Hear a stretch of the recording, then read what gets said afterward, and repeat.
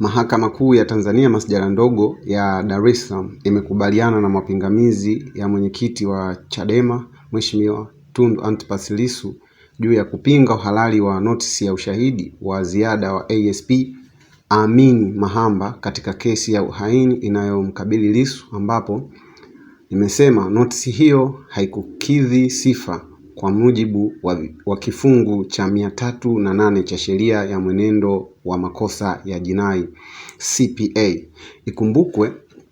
jana Februari 23, 2026 upande wa Jamhuri kupitia wakili wa serikali mkuu Nasolo Katuga ulieleza mahakama juu ya notisi hiyo yenye ushahidi wa ziada wa ASP Amin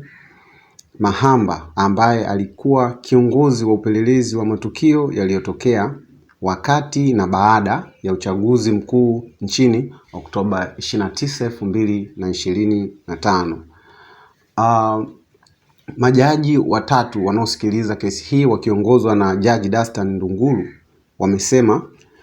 wamesema kuwa mahakama imepitia hoja za Jamhuri ambazo walizijenga kupitia kifungu cha 308 wakirejelea kifungu namba 1, 2, 3 mpaka 4 na hoja za mapingamizi za Mheshimiwa Lissu ambazo azijenga kupitia kifungu hicho hicho cha 308, na mahakama imejiridhisha kwamba notisi hiyo haikukidhi vigezo. Mahakama imeenda mapumziko mpaka sasa, mapumziko mafupi baada ya Jamhuri kuomba kutafakari maamuzi hayo madogo. Nini kitatokea sasa baada ya mahakama